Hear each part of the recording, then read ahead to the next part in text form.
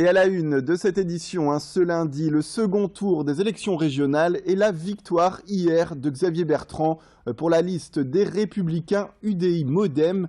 Le député maire de Saint-Quentin l'a largement emporté devant Marine Le Pen et le Front National avec 57,77% des suffrages, soit plus de 350 000 voix d'avance. La liste d'union de la droite remporte ainsi 116 sièges au sein du nouveau conseil régional contre 54 pour l'EFN. Une large majorité pour gouverner tranquillement la grande région Nord-Pas-de-Calais-Picardie durant les 6 prochaines années. Hier soir, dans sa ville de Saint-Quentin, Xavier Bertrand s'est montré sobre et bref dans ses déclarations avec un simple discours à la tribune. Près de 250 personnes avaient en tout cas fait le déplacement pour applaudir l'élu local, le premier président de la nouvelle région. Il a promis de se mettre au travail, son slogan, dès aujourd'hui avec ses conseillers et ses colistiers pour définir les priorités de son mandat. Le conseil régional ne sera installé que le 4 janvier, soit dans 3 semaines. Mais la première réunion de travail est annoncée d'ores et déjà cet après-midi à Lille avec son équipe d'élus. Hier soir, nous étions à Saint-Quentin justement en direct sur Grand Lille TV pour vous faire vivre les tout premiers mots de Xavier Bertrand après l'annonce des résultats. Et on vous en propose tout de suite un extrait. Ce soir, ce n'est pas la victoire des partis politiques. Ce soir, ce n'est même pas ma victoire.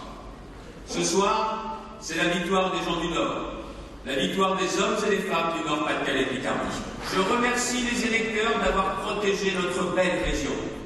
Je remercie ceux qui m'ont fait confiance dès le premier tour. Je remercie aussi les électeurs de gauche qui ont clairement voté pour faire rempart, ainsi que ceux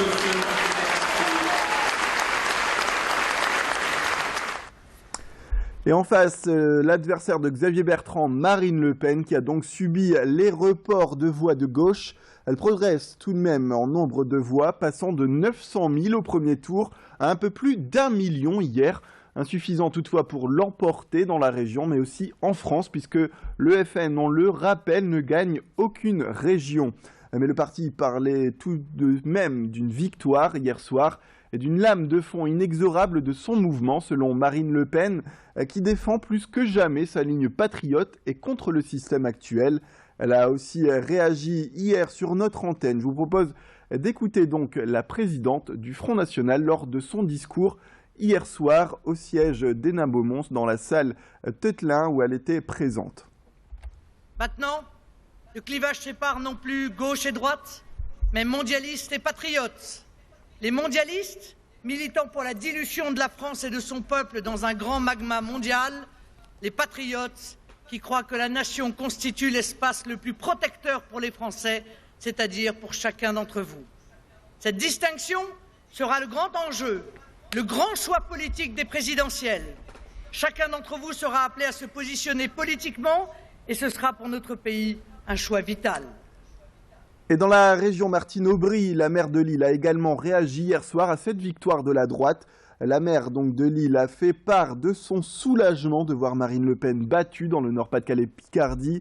Elle regrette évidemment l'absence annoncée d'élus de gauche au sein de la nouvelle assemblée régionale et appelle Xavier Bertrand et sa majorité au travail. On l'écoute, elle était hier soir à Lille sur notre antenne. Dans un moment quand même de grande tristesse, quand on voit comment va notre pays, je voudrais me réjouir du fait que Mme Le Pen ne soit pas la présidente de la région Nord-Pas-de-Calais-Picardie. Je voudrais remercier tout de suite les électeurs de gauche qui ont eu finalement le seul réflexe qui vaille, le réflexe républicain, et qui ont permis à Xavier Bertrand d'être ce soir le président de notre région. J'espère vivement qu'il se souviendra de ceux qui ont voté pour lui, mais plus généralement des problèmes de nos concitoyens, de l'emploi, des problèmes de réussite de leurs enfants, de formation, de santé, et qu'il fera en sorte de les accompagner et d'avancer sur ces sujets. Et après la politique, le sport avec notre chronique pour connaître les événements sportifs de la semaine avec Guillaume Vanderchar, le rédacteur en chef du magazine Sprint qui nous parle du LOSC.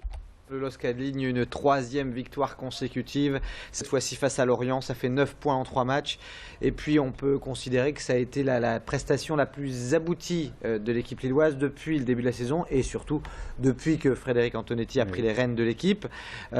Première grande bonne nouvelle, on a retrouvé Florent Balmont au milieu, qui était un peu insaisissable. Alors est-ce que c'était pour fêter sa 400e titularisation en Ligue 1? En tout cas, il a été très très bon.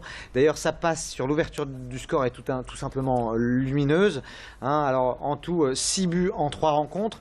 Lille a retrouvé l'efficacité offensive qui lui faisait défaut. Et il faut noter aussi le doublé de Boteac.